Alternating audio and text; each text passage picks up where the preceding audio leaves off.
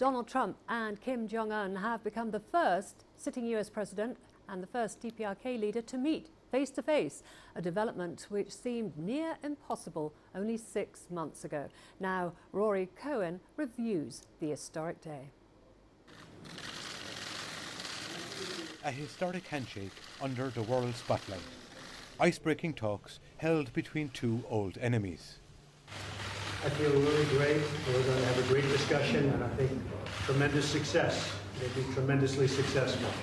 And it's my honor, and we will have a terrific relationship, I have no doubt. Well, it was not easy to get here. The past worked as fetters on our limbs, and the old prejudices and practices worked as obstacles on our way forward, but we overcame all of them, and we are here today.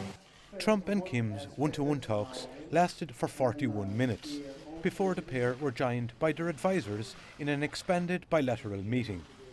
Everything seemed to go well at the negotiation table, and so on to their working lunch. And a very interesting question from an opportunistic reporter. Thank you. Will you invite Chairman Kim to the White House? Absolutely, I will. A very positive answer following very positive talks. The leaders signed a joint agreement which requires the DPRK to work towards denuclearization. Something which Kim was very happy to give his full support to. The world will see a major change. Rory Coen, CGTN. Well, for more on this, Joseph Kim now joins us. How was South Korea? How has it responded to this Trump-Kim summit, this historic day?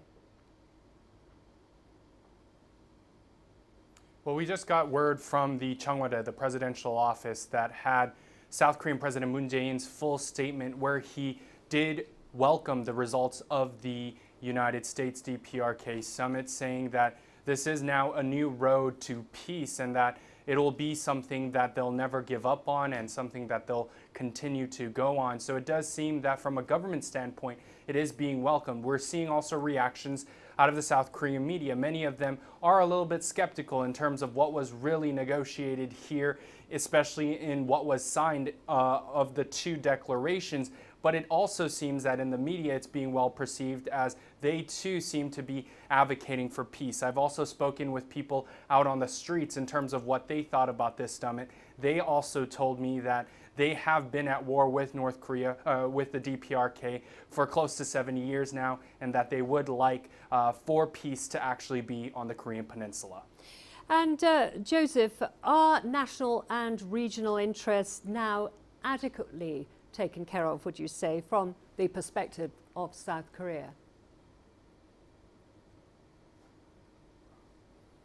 Well, I think one of the main concerns, especially because South Korea is a major ally of the United States, is still the question of how denuclearization is going to happen. We don't know the details and what process it's going to actually take. But when I spoke to officials from the South Korean presidential office, they did tell me that it is a process, that it's going to take some time in order to really verify and see complete denuclearization happen.